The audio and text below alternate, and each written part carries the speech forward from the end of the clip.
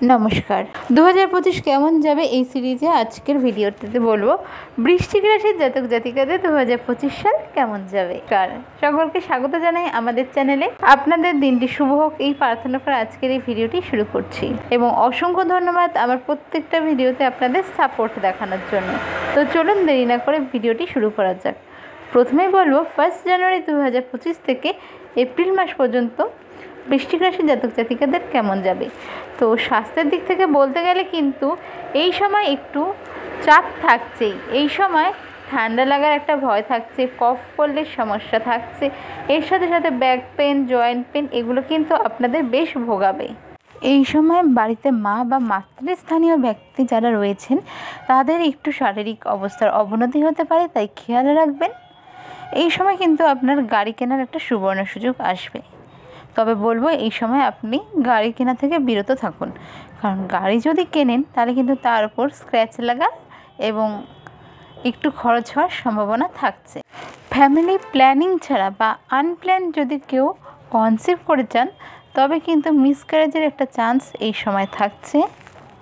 এই সময় আপনাদের একটু সময়টা ডাউন যাবে। আপনাদের কোনো যদি উইশ থাকে, ম্যানিফেস্টেশন করেন, এই সময় কিন্তু সহজেই তা পূরণ হবে না। বৈবাহিক সম্পর্ক অর্থাৎ বিবাহিত দম্পতি যারা রয়েছেন এই সময় কিন্তু নিজেদের মধ্যে একটু প্রবলেম আপনারা ফেস করবেন। চেষ্টা করবেন কথা না বলে, কথা উল্টোপাল্টা কথা না বলে সেই জিনিসটিকে অ্যাভয়েড করা এপ্রিল মাস পর্যন্ত। বা যদি মনে হয় যে আপনি ঠিকভাবে কথা বলে বা শান্তভাবে শুনে এই সময় রিলেশনশিপটাকে ধরে রাখতে পারবেন, তাই চেষ্টা করুন, কারণ কথাবার্তার কারণে কিন্তু অনেক কিছু খারাপ হতে পারে এই সময়। তাই খুব সাবধানে বাক্য চয়ন করবেন। এই সময় ফিনান্সিয়াল দিকটা ঠিকঠাকই থাকছে।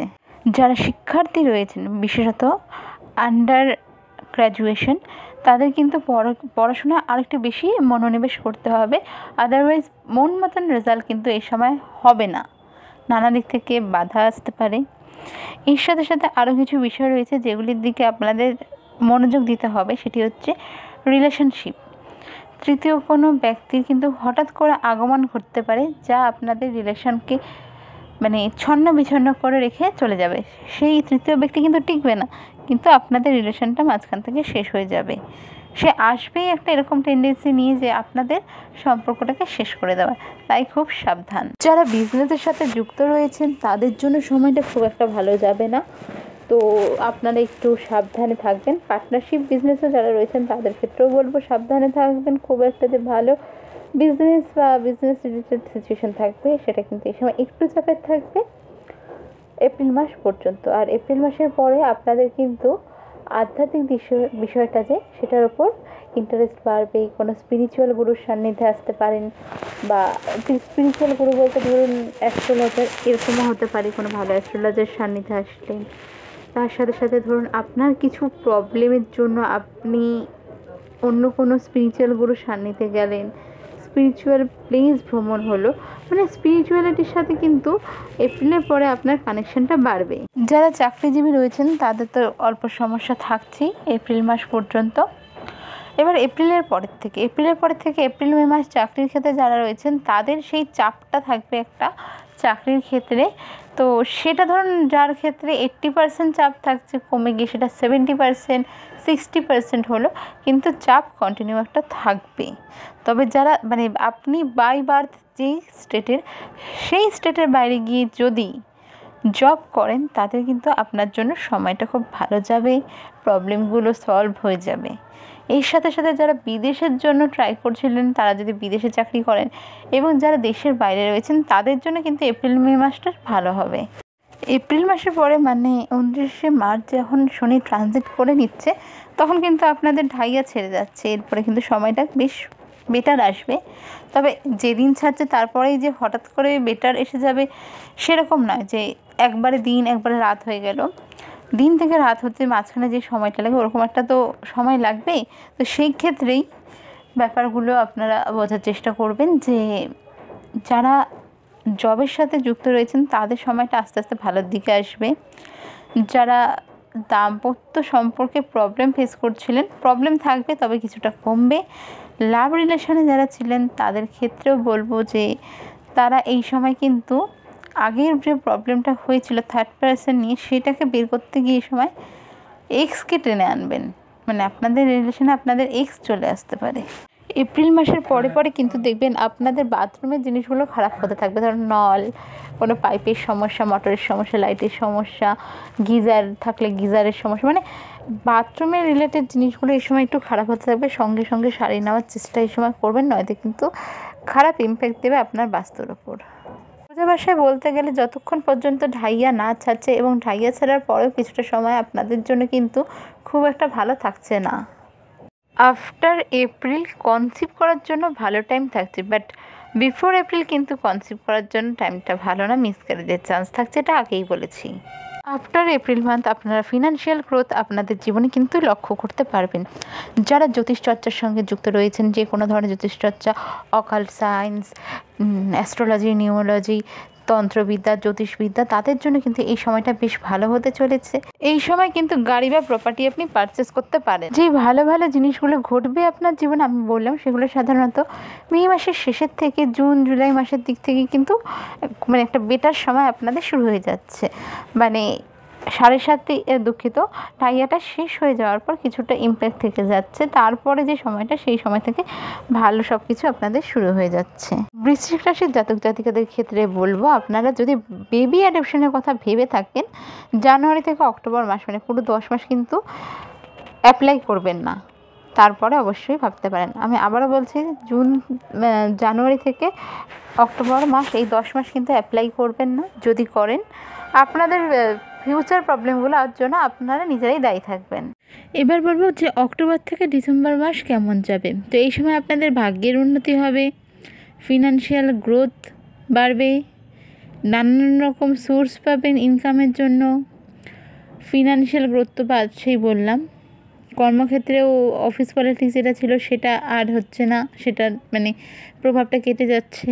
কনসিভ করা বা ফ্যামিলি প্ল্যানিং ক্ষেত্রে প্রথম 3-4 মাস বাদে বাকি সময়টা কিন্তু বেশ ভালোই থাকছে। প্রথম 3-4 মাস কিন্তু আমার থেকে যদি আপনি বলেন যে আমার কি মন্তব্য, আমি বলবো স্ট্রিক্টলি মানা করবো, কারণ মিসক্যারেজের চান্স থাকছে। আর আরেকটি বিষয় হচ্ছে বিয়ের শেষের 2 মাস বিয়ের জন্য খুবই ভালো। 2025 সালের মাঝামাঝি সময়ে সেরকম ভালো যোগ নেই, আর প্রথম দিকেও বিয়ের জন্য কথাবার্তা বলতে পারেন, বাট বিয়ের ক্ষেত্রে কিন্তু বছরের শেষটা বেশ ভালো। বছরের শুরুর থেকে আপনি যদি শেষের আগের মানে লাস্টের আগে পর্যন্ত মন দিয়ে কাজকর্ম করে যান, তাহলে আপনি যে ফিনান্সিয়াল গ্রোথটা পাবেন সেটা আপনার ভাবনা চিন্তার বাইরে থাকছে। যথেষ্ট একটা ফাইন্যান্সিয়াল গ্রোথ কিন্তু এবছর পেয়ে যাবেন। মায়ের হেলথের দিকে কিন্তু একটু নজর রাখতেই হবে। আর সব ক্ষেত্রেই মোটামুটি ধরুন মে মাসের পর থেকে বেশ ভালোই আপনারা রেজাল্ট পাবেন।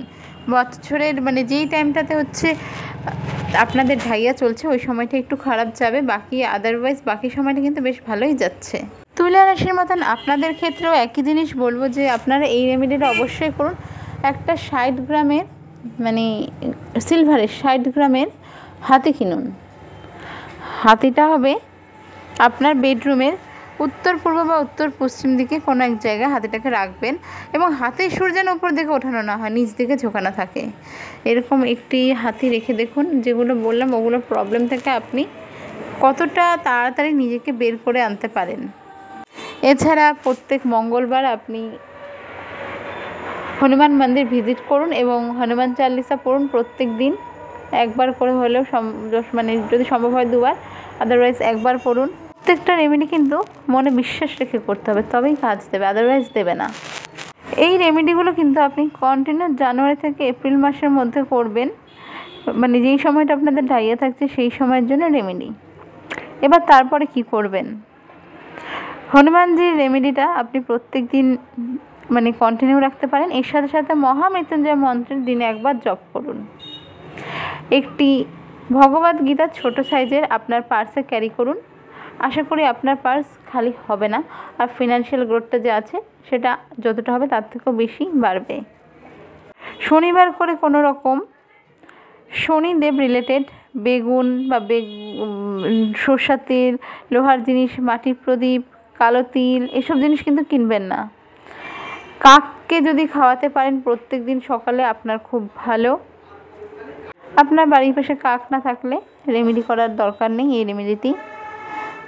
এপ্রিল মাসের পরে না মানে সপ্তাহে 2টো দিন, যেই 2টো দিন আপনি সাধারণত মানেন, সবুজ শাকসবজি খাওয়ার চেষ্টা করুন। আর সন্ধ্যার পর আপনি প্রত্যেক দিন আধা ঘন্টা যদি হাঁটতে পারেন হাঁটুন, অনেক বেটার থাকবেন। আপাতত এই রেমেডিগুলো করতে থাকুন, অনেক বেটার পাবেন। আর যাদের মনে হচ্ছে যে প্রবলেম বা ভয় পাচ্ছেন, এরকম ভয় পাওয়ার কিছুই নেই, কারণ প্রথম কয়েকটা মাস ছাড়া বাকি সময়টা আপনাদের বেশ ভালোই যাবে, তাই ভয় পাওয়ার কিছু নেই। তবুও কারো যদি মনে খুঁতখুত থাকে, যে কোনো অ্যাস্ট্রোলজারকে দেখিয়ে নিতে পারেন, তবে ভালো মতন দেখে নেবেন যে অ্যাস্ট্রোলজারটা জেনুইন কিনা। দেখিয়ে নেবেন, নিয়ে আপনি আপনার বাচ্চার অনুযায়ী রেমেডি বা কোন গ্রহের কী করা উচিত করে নিতে পারেন। ভিডিওটি যদি ভালো লেগে থাকে অবশ্যই সাবস্ক্রাইব করবেন, লাইক করবেন, শেয়ার করবেন। দেখা হবে আরও একটি ভিডিওতে। রাধে রাধে।